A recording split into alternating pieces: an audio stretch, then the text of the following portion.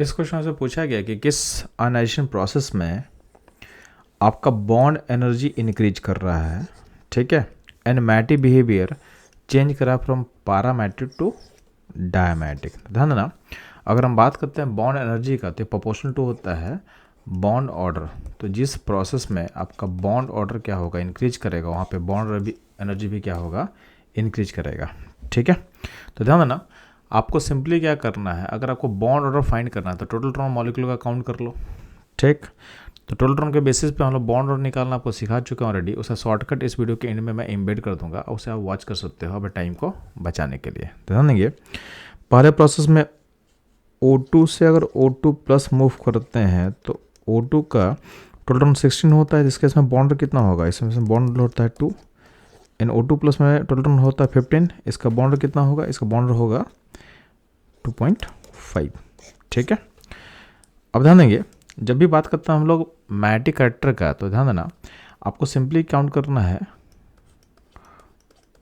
Total electron. अगर total electron अगर odd आएगा तो सिस्टम होता है पारा मैग्नेटिक, और अगर इवन आएगा तो उस केस में होता है डाया मैग्नेटिक। ठीक है, इवन नंबर में दो एक्सेप्शन है, 10 एंड 16।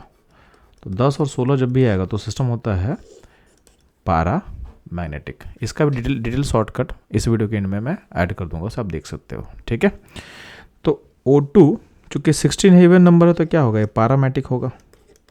इवन में एक्सेप्शन है ना 16, तो ये पारामेटिक होगा। एंड O2 प्लस 15 इलेक्ट्रॉन होता है, क्या होगा, ये भी होगा। ऑड नंबर तो क्या होगा, पारामेटिक होता है। इसमें बॉन्ड ऑर्डर तो बढ़ गया, बट आपका मैग्नेटिक कैरेक्टर चेंज नहीं हो रहा है, इसलिए ऑप्शन ए को आप हटा सकते हो। ठीक है, अगर बात करते हैं हम C2 से C2 प्लस का, तो C2 में टोटल इलेक्ट्रॉन कितना होता है, 12। 12 का जो बॉन्ड ऑर्डर होता है ये होता है 2, तो इसका बॉन्ड क्या होगा 2।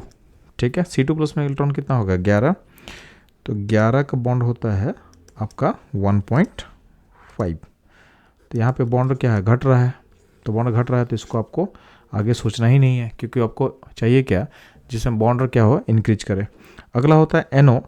तो NO में आपका टोटल इलेक्ट्रॉन कितना होता है, चलो, तो NO में टोटल इलेक्ट्रॉन होता है 15 और NO प्लस में होता है 14। तो बॉन्ड क्या होगा, तो NO 15 का बॉन्ड होता है कितना 2.5 और NO प्लस का हो जाएगा 14 का 3। तो यहाँ पे आपका बॉन्ड और क्या हो, इंक्रीज कर रहा है, तो बॉन्ड और बढ़ रहा है। बात करते हैं हम लोग पैरामेटिक का, तो चूंकि NO का ऑल इलेक्ट्रॉन तो क्या होगा, ये पैरामेटिक होगा, और NO प्लस इवन है 14, तो क्या होगा, ये हो जाएगा डायमैग्नेटिक। तो ध्यान देना, ऑप्शन सी में जो है अपने पास स्पीसीज है, उस प्रोसेस में, यानी यहाँ जो आयनाइजेशन प्रोसेस हुआ है, यहाँ पे क्या हो रहा है कि आपका बॉन्ड इंक्रीज कर रहा है, यानी बॉन्ड इंक्रीज करेगा, प्लस सिस्टम जो है पैरामेटिक से डायमेटिक में कन्वर्ट हो रहा है। यानी आपका इस क्वेश्चन का करेक्ट आंसर होगा ऑप्शन सी।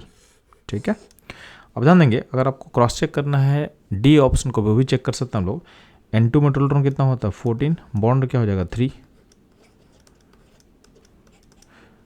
N2 प्लस में आपका इलेक्ट्रॉन कितना होता है 13, तो इसका बॉन्ड कितना होता है 2.5। तो यहाँ पे आपका बॉन्ड क्या हो रहा है, डिक्रीज कर रहा है, इसलिए यहाँ पे इसको आप हटा सकते हो। ठीक है, तो ये था शॉर्टकट का यूज़ करके इस क्वेश्चन को आप कैसे सॉल्व करोगे। अगर आप नॉर्मल प्रोसेस से चाहते हो तो सिंपली क्या करना पड़ेगा, आपको हर मॉलिक्यूल का मॉलिक्यूलर एनर्जी डायग्राम को फिलअप करना पड़ेगा, उसका बॉन्ड निकालना पड़ेगा। बॉन्ड कैसे निकालते हैं, तो ध्यान देंगे, आपको समझा देते हैं एक ऑप्शन लेके। जैसे फॉर एग्जांपल हमारे पास O2 होगा, तो सबसे पहले हम क्या करते हैं, आपके मॉलिक्यूल का एटम जो इन्वॉल्व है उसका जेड एवरेज पता करेंगे। तो जेड एवरेज कैसे पता करेंगे, तो O2 का जेड एवरेज कैसे निकलेगा, तो O2 बना है O से, तो 2O/2 कर देंगे, 2O का Z/2 यानी इसका 8 हो जाएगा। अगर आपको NO प्लस का जेड एवरेज पता करना है तो इसमें क्या करेंगे, तो N बना हुआ है, N से बना हुआ है प्लस O से बना हुआ है, तो N का 7, O का 8/2 कर लो, तो हो जाएगा 7.5। बात समझे। तो आपको सिंपली क्या करना है, आपको जेड एवरेज पता कर लेना है। जैसे एग्जाम्पल N2 प्लस रहेगा तो उसका कैसे पता करेंगे आप, तो N2 प्लस में इलेक्ट्रॉन कितना होगा, चलो, तो इलेक्ट्रॉन हो जाएगा आपके पास 13 है। अगर इसका हमको जेड एवरेज निकालना हो तो जेड एवरेज कैसे निकालेंगे, तो N2 प्लस बना हुआ है N एटम से, तो N का जेड कितना होता है 7, तो यहाँ पे एक और N है, तो क्या 7/2 कर लो, तो इसका क्या होगा 7। तो वंस आप जेड एवरेज पता कर लो तो सिंपली क्या करना, जब भी जेड एवरेज 8 से कम आए तो इस एनर्जी को आपको फॉलो करना है, और जब भी जेड एवरेज का वैल्यू 8 या उससे ज़्यादा आ जाए तो उसको हमको इसको फॉलो करना है। तो मान लेते हैं इस क्वेश्चन में हम लोग NO प्लस के लिए हम अप्लाई करना चाहते हैं, मान लेते हैं। तो NO प्लस का जेड एवरेज कितना आ रहा है 7.5, मतलब हमको इसको फॉलो करना पड़ेगा। अब NO प्लस टोटल टोन कितना होता है 14, तो 14 के लिए फिलअप कर लो। तो फिलअप करो तो क्या होगा, यहाँ पे 1 2 3 4 5 6 7 8 9 10 11 12 13 14। तो आपका बॉन्ड कैसे निकलेगा, बॉन्ड होता है टोटल बॉन्डिंग, तो यहाँ टोटल बॉन्डिंग कितना आएगा 10 माइनस एंटी बॉन्डिंग 4/2, यानी क्या हो जाएगा 3 हो जाएगा। ठीक है, या फिर आप बोल सकते थे टोटल बॉन्ड कैसे निकलता है, तो नेट बॉन्डिंग कितना है, तो नेट बॉन्डिंग आपको दिखेगा यहाँ पे बॉन्डिंग एंटी बॉन्डिंग कैंसिल करेगा, यहाँ पे कैंसिल करेगा, तो नेट बॉन्डिंग कितना बच रहा है वापस 6। तो नेट बॉन्डिंग 6 है, तो बॉन्ड बोल सकते हो 6/2, तो भी आंसर क्या होगा 3 होगा। तो इस तरीके से आप हर का बॉन्ड निकाल सकते हो। इसमें टाइम कंज्यूमिंग प्रोसेस है, तो आपको मैं रिकमेंड कर रहा हूँ आप शॉर्टकट मेथड को देख लो, इससे क्या होगा आपका टाइम आसान हो जाएगा। ठीक है, तो ये था इस क्वेश्चन का सॉल्यूशन एंड एनालिसिस। मूव करते हैं हम लोग नेक्स्ट क्वेश्चन पे। बच्चों लोग इस सेशन में हम लोग सीखने वाले हैं कि नॉर्मल तरीके से आप बॉन्ड ऑर्डर का कैलकुलेशन कैसे करते हैं using molecular orbital energy diagram. Bond order का फॉर्मूला होता है total bonding electron minus anti bonding electron by 2। ठीक है, तो जब भी कोई भी आपको मॉलिक्यूल दिया रहेगा तो सबसे पहला काम क्या करना है, आपको उस मॉलिक्यूल में जो एटम इन्वॉल्व है उनका एवरेज एटॉमिक नंबर पता करना है। तो ध्यान देना, इसको हम लोग अप्लाई करते हैं, आपके लिए मान लेते हैं C2 मॉलिक्यूल पर अप्लाई करते हैं। ठीक है, तो C2 मॉलिक्यूल में पहला पता करोगे जेड एवरेज कैसे निकालते हैं। तो C2 मॉलिक्यूल बना होता है C एटम से, तो यहाँ पे 2 C एटम है, तो 6 + 6/2 कर दें तो क्या होगा, ये 6 होगा। अब जो जेड एवरेज अगर 6 है तो अब देखो कि ये 8 से छोटा है कि बड़ा है। ठीक है, तो जब भी जेड एवरेज 8 से छोटा होगा तो उस केस में हम लोग इस मॉलिक्यूलर ऑर्बिटल एनर्जी को फॉलो करते हैं।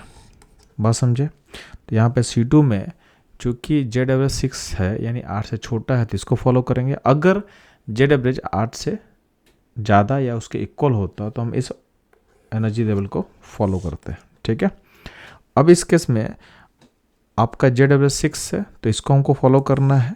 अब हमको उसको फिलअप करते हैं, तो C2 में टोटल इलेक्ट्रॉन कितना होता है, तो इसका टोटल इलेक्ट्रॉन जो होगा ये होता है 12। अब 12 इलेक्ट्रॉन को फिलअप करना मुझे, तो यहाँ पे जो हर मॉलिक्यूलर ऑर्बिटल है उसका कैपेसिटी होता है 2 इलेक्ट्रॉन, इसको फिलअप करेंगे तो यहाँ पे 1 2 3 4 5 6 7 8 9 10।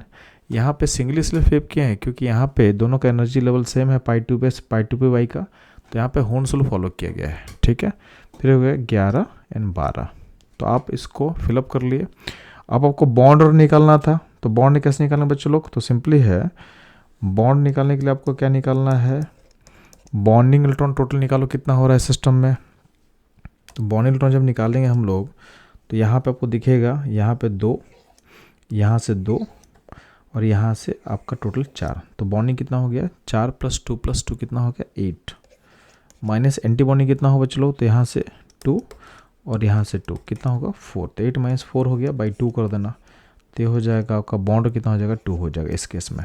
ठीक है, इसमें एक और तरीके से आप निकाल सकते हो, आपको पता होना चाहिए कि बॉन्डिंग इलेक्ट्रॉन और एंटी बॉन्ड इलेक्ट्रॉन आपस में कैंसिल आउट होता है। तो अगर आप देखोगे तो आपको देखना है कि नेट कितना बॉन्डिंग बच रहा है। बॉन्डिंग को तुम प्लस मानो तो एंटी बॉन्डिंग को माइनस मानना, इन दोनों आपस में क्या होता है कैंसिल करता है। तो आपको पता करना है नेट बॉन्डिंग इलेक्ट्रॉन, तो सिंपली बॉन्ड का एक और फॉर्मूला हो सकता है, क्या हो सकता है नेट बॉन्डिंग इलेक्ट्रॉन। तो नेट बॉन्डिंग इलेक्ट्रॉन के वैल्यू को बस आपको डिवाइड करना है 2 से। ठीक है, तो यहाँ पे σ1 ने σ1* आपस में कैंसिल कर लेगा, यहाँ पे भी आपस में कैंसिल कर लेगा, तो नेट बॉन्डिंग बस यहाँ से आ रहा है, कितना आ रहा है 4 आ रहा है, तो उसको डिवाइड करेंगे कितना 2 से, तो 4/2 2 क्या होगा, ये होगा 2।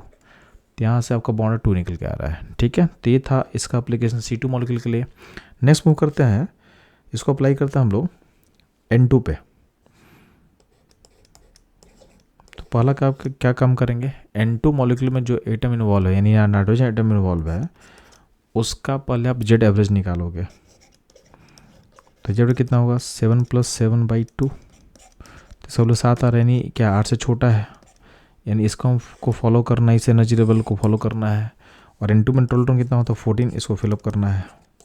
तो फिलअप कर लेते हैं 14 को हम लोग। तो यहाँ पे 1 2 3 4 5 6 7 8 9 10 11 12 13 14। तो आपका बॉन्ड ऑर्डर कैसे निकलेगा, तो टोटल बॉन्ड इलेक्ट्रॉन निकालो। तो बॉन्डिंग आपको कहाँ दिख रहा है बच्चों लोग, बॉन्डिंग आपको यहाँ दिखेगा, यहाँ दिखेगा, यहाँ दोनों दिखने वाला है, और फिर यहाँ दिखेगा। तो आपका बॉन्डिंग इलेक्ट्रॉन कितना हो गया 10 माइनस एंटी बॉन्डिंग की कहाँ दिखे बच्चों, तो एंटी बॉन्डिंग आपको यहाँ दिखा, सिग्मा 1s स्टार यहाँ पे, और यहाँ दिखेगा आपको, तो क्या दिखेगा 4, तो 10 - 4/2 कर लो, तो ये हो जाएगा 3। तो N2 का बॉन्ड क्या हो गया 3 हो गया। इसको अगर आप ऐसे निकालते हो कि नेट बॉन्डिंग इलेक्ट्रॉन कितना आपको दिख रहा है, तो नेट बॉन्डिंग के फॉर्मूले पर अगर हम चलते हैं तो उस केस में क्या होगा, ए नेट हो जाएगा 0, यहाँ भी नेट 0 हो जाएगा। तो बस यहाँ से बस बचेगा, तो ये जो पूरा आपको बच रहा है ये हो जाएगा नेट बॉन्डिंग। नेट बॉन्डिंग कितना बच रहा है, तो नेट बॉन्डिंग इलेक्ट्रॉन बचने वाला है आपके पास 6, तो 6 से बाई 2 कर दो, तो हो जाएगा 3। तो इस तरीके से आप N2 का बॉन्ड निकाल सकते हो। सिंपली अगर बात करते हैं हम O2 का निकालने का, तो पहले बात O2 में आपका जेड एवरेज पता करो। तो O2 बना किससे होता है, O एटम से। तो 2 एटम होगा तो क्या होगा 8 + 8/2 कर लेंगे, तो हो जाएगा 8, यानी ये 8 के इक्वल है। यानी इस केस में हमको इस एनर्जी लेवल को फॉलो करना है। तो अब O2 को हम फिलअप करेंगे, तो उस केस में क्या होता है 1 2 3 4 5 6 7 8 9 10 11 12 13 14 15 16। अब फिलअप कर लिए। अब आपको बॉन्डिंग इलेक्ट्रॉन काउंट करो। तो बॉन्डिंग इलेक्ट्रॉन कितना काउंट होगा बच्चे लोग, तो यहाँ पे आपको यहाँ से 2 मिलने वाला है, यहाँ से 2 4, यहाँ से 2 6, और 6 और प्लस यहाँ से 4 10। ठीक है, तो बॉन्ड जो होगा 10 माइनस एंटी बॉन्डिंग कहाँ से मिलेगा, तो एंटी बॉन्डिंग मिलने वाला है यहाँ से 2 4, और यहाँ से 2 6, तो 10 - 6/2, यानी क्या हो जाएगा 1 2 हो जाएगा, बॉन्ड ऑर्डर 2 हो जाएगा। अगर आप इसको आप नेट इलेक्ट्रॉन से निकालना चाहते हो तो भी निकाल सकते हो आप। तो उसमें क्या करेंगे, ये दोनों कैंसिल, यहाँ बॉन्डिंग टू बॉन्डिंग कैंसिल, तो यहाँ पे नेट बॉन्डिंग कितना आपके पास है 6, और यहाँ पे एंटी बॉन्डिंग 2 है, तो ये दोनों कैंसिल करके नेट बॉन्डिंग कितना बचेगा, नेट बॉन्डिंग बचेगा 4 बचेगा। तो 4 नेट बॉन्डिंग बाई 2 कर देंगे, तो ये हो जाएगा 2। तो इस तरीके से आप O2 का बॉन्ड निकाल सकते हो। अगला हम मूव करते हैं हेटेरोएटम पे। तो हेटेरोएटम मान लेते हैं हम लोग को निकालना है NO का। तो NO का निकालने के लिए सिंपली क्या करेंगे, आप कुछ नहीं करना है आपको क्या करना है, NO का पहले आप निकालो जेड एवरेज। कैसे पता चलेगा हम लोग को, तो सिंपली क्या होगा, N में 7 होता है, O में 8/2 कर लो, तो ये हो जाएगा आपका 7.5। चूँकि जेड एवरेज आपका 8 से छोटा है, यानी इसको आप फॉलो करोगे। अब NO में कितना इलेक्ट्रॉन टोटल होता है बच्चों, तो इसका टोटल होता है 15। तो 15 को बस फिलअप करना है, तो ऊपर फिलअप करें तो क्या होगा, यहाँ पे 2 3 4 5 6, ठीक है, 7 8 9 10 11 12 13 14 एंड 15। ठीक, तो ये हो गया आपका मॉलिक्यूलर ऑर्बिटल को हम फिलअप कर चुके हैं। अब बॉन्ड कैसे निकलेगा, तो टोटल बॉन्डिंग इलेक्ट्रॉन देख लो, तो कितना हो रहा है 2 2 4, और यहाँ पे 4 8 एंड 2 10। एंटी बॉन्डिंग कितना थे बच्चे लोग, तो यहाँ से 2 2 4 और 1 5/2 कर लो, यानी हो जाएगा ये 2.5। तो इस तरीके से बॉन्ड पता कर सकते हो। इनफैक्ट अगर आपको निकालना है, इसमें एक और तरीका बोले थे हम लोग कि नेट बॉन्डिंग पता कर लो। तो बॉन्डिंग एंटी बॉन्डिंग कैंसिल करता तो यहाँ पे क्या होगा, ये होगा नेट खत्म हो जाएगा, यहाँ भी ये बॉन्डिंग एंटी बॉन्डिंग कैंसिल कर लेगा। तो नेट यहाँ पे 6 बॉन्डिंग है और यहाँ पे 1 एंटी बॉन्डिंग है, तो इसमें नेट बॉन्डिंग कितना होगा, तो नेट बॉन्डिंग बाई 2 करके भी निकाल सकते थे हम लोग बॉन्ड ऑर्डर। तो नेट बॉन्डिंग बचा 5, तो 5/2 करके आंसर कितना होगा 2.5। तो इस तरीके से आप NO का निकाल सकते हो। अगर मान लेते हैं कोई पास चार्ज आएगा तो कोई दिक्कत नहीं है, यानी आपके स्पीच में जैसे मान लेते हैं कि मेरे पास NO+ आएगा, तो NO+ का बॉन्ड कैसे निकालना आपको, कोई दिक्कत नहीं है। आप पहले जेड एवरेज निकालो, तो जेड एवरेज कैसे निकालेंगे, तो इसमें चार्ज का कोई मतलब ही नहीं है, जो एटम इन्वॉल्व है उसका एटॉमिक नंबर पता कर लो, तो 7 + 8/2 कर लो, फिर से क्या होगा 7.5 आ रहा है, यानी आपको इस एनर्जी लेवल को फॉलो करना है। NO+ में न्यूट्रॉन कितना हो टोटल न्यूट्रॉन क्या होगा 14। अब इस 14 न्यूट्रॉन को फिलअप करना है मेरे को, तो फिलअप करते हैं 1 2 3 4 5 6 7 8 9 10 11 12 13 14। अब बॉन्ड निकालने में सिंपली क्या होगा, तो आपको बॉन्डिंग कितना आएगा 10 माइनस एंटी बॉन्डिंग कितना आ रहा है 4/2 कर लो, तो क्या होगा इसका आंसर 3 आ जाएगा। ठीक है। और अगर आप नेट टोटल बॉन्डिंग का बात करते हो तो यहाँ पे ये दोनों नेट खत्म हो रहा है, यहाँ पे दोनों कैंसिल आउट करेगा, तो नेट बॉन्डिंग कितना हो रहा है 6, तो नेट बॉन्डिंग 6 है, तो 6/2 करके भी आप बॉन्ड निकाल सकते थे। इसका आंसर क्या होगा, इसका आंसर 3 आएगा। ठीक है। तो चार्ज हो चार्ज नहीं हो, सिंपल तरीके से आपको बॉन्ड निकालना मैं सिखा दे रहा हूँ। अब ध्यान देंगे, एक और केस देख लेते हैं। जैसे मान लेते हैं कि O2-, तो O2- में क्या करना, कुछ नहीं करना, बस आपको जेड एवरेज पता करना है। तो O2- में माइनस को भूल जाओ, अल्टीमेटली मेरे को जेड के लिए बस प्रोटॉन का नंबर चाहिए, तो उसे कोई चार्ज से कोई मतलब तो है नहीं। तो O2- बना हो 2 एटम से, तो इसका जेड एवरेज क्या होगा 8 +/2 कर लेंगे, यानी इसका 8 आ रहा है जेड एवरेज। अब जेड एवरेज 8 है, मतलब हमको इस ऑर्डर को फॉलो करना है। तो यहाँ पे O2- में टोटल कितना होता है 17, तो बस अब फिलअप करो। तो फिलअप करोगे यहाँ पे, तो यहाँ पे क्या होगा 1 2 3 4 5 6 7 8 9 10। ठीक है।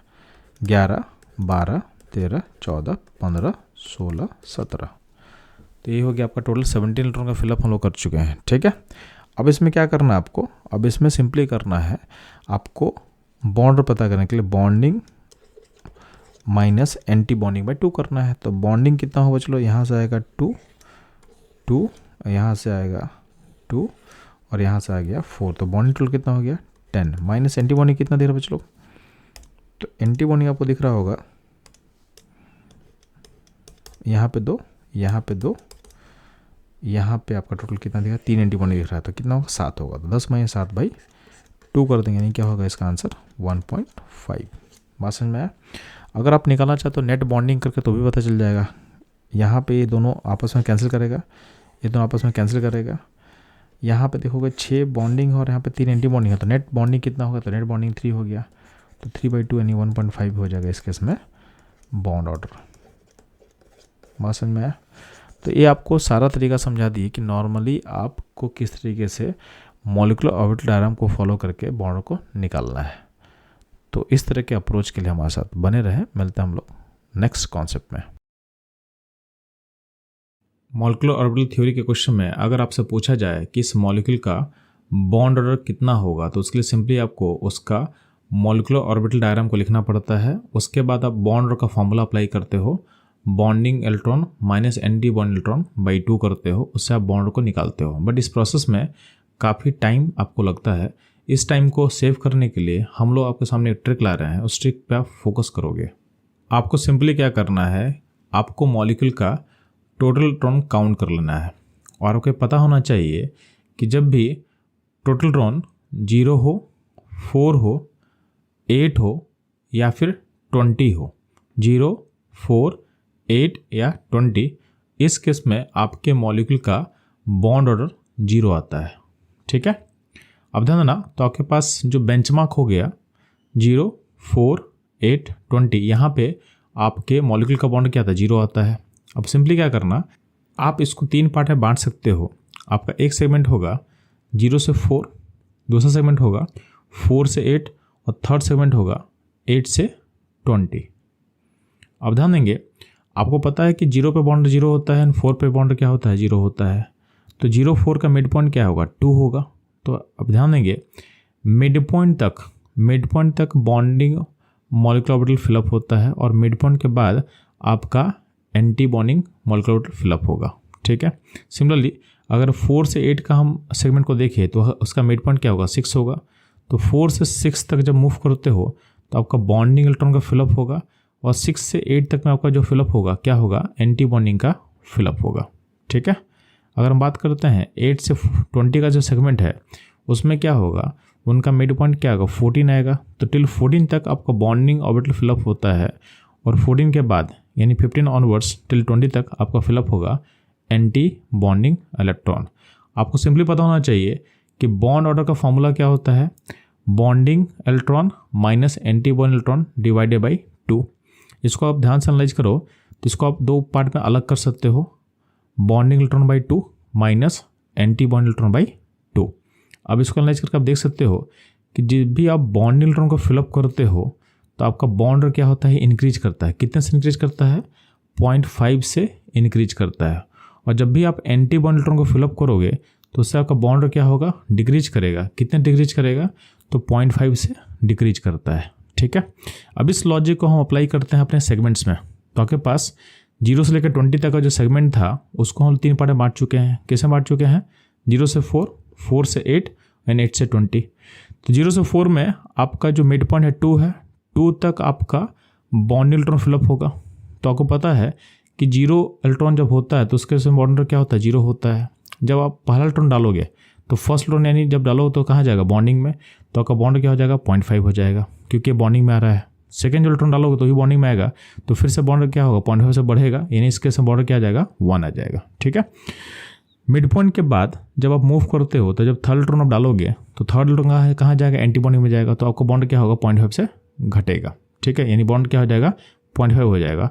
और जब फोर्थ पे जाओगे तो भी एंटी बॉन्ड में जाएगा तो क्या होगा, आपका बॉन्ड फिर से 0.5 घटाएगा, यानी क्या हो जाएगा, बॉन्ड 0 हो जाएगा, ठीक है। तो ये हो गया पहला सेगमेंट।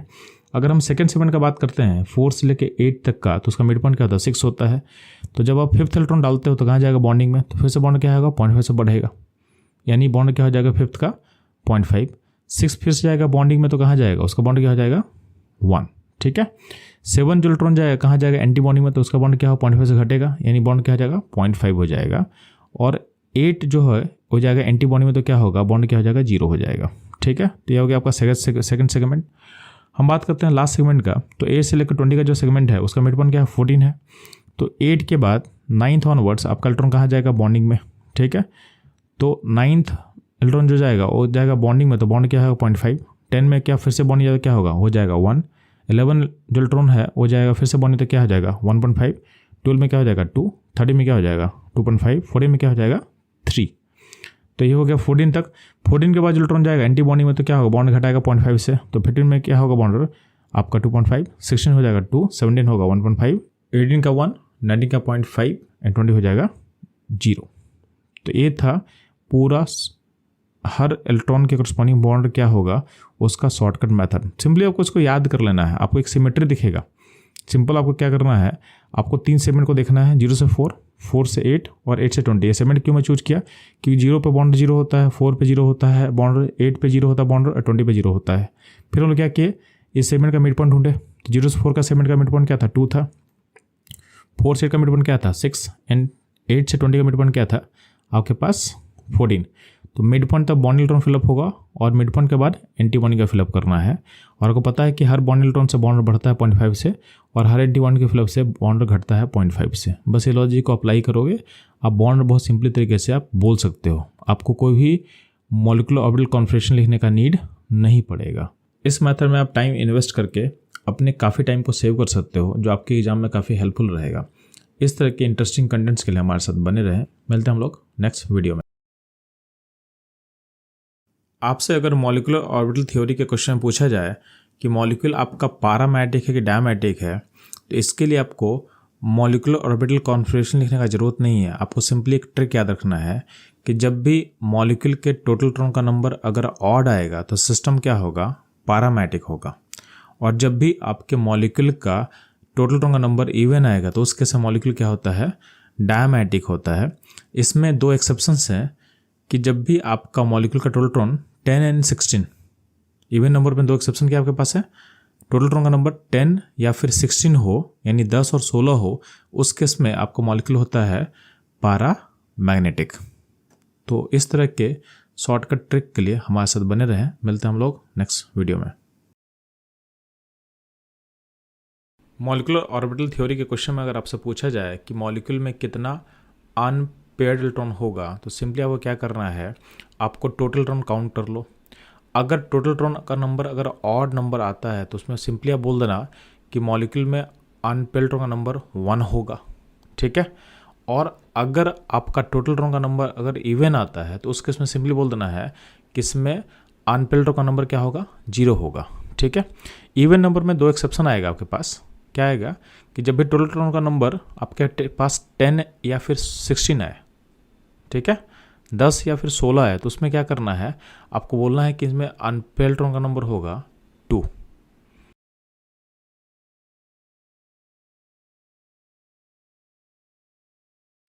तो ये था इस क्वेश्चन का शॉर्टकट ट्रिक। मिलते हैं हम लोग नेक्स्ट वीडियो में।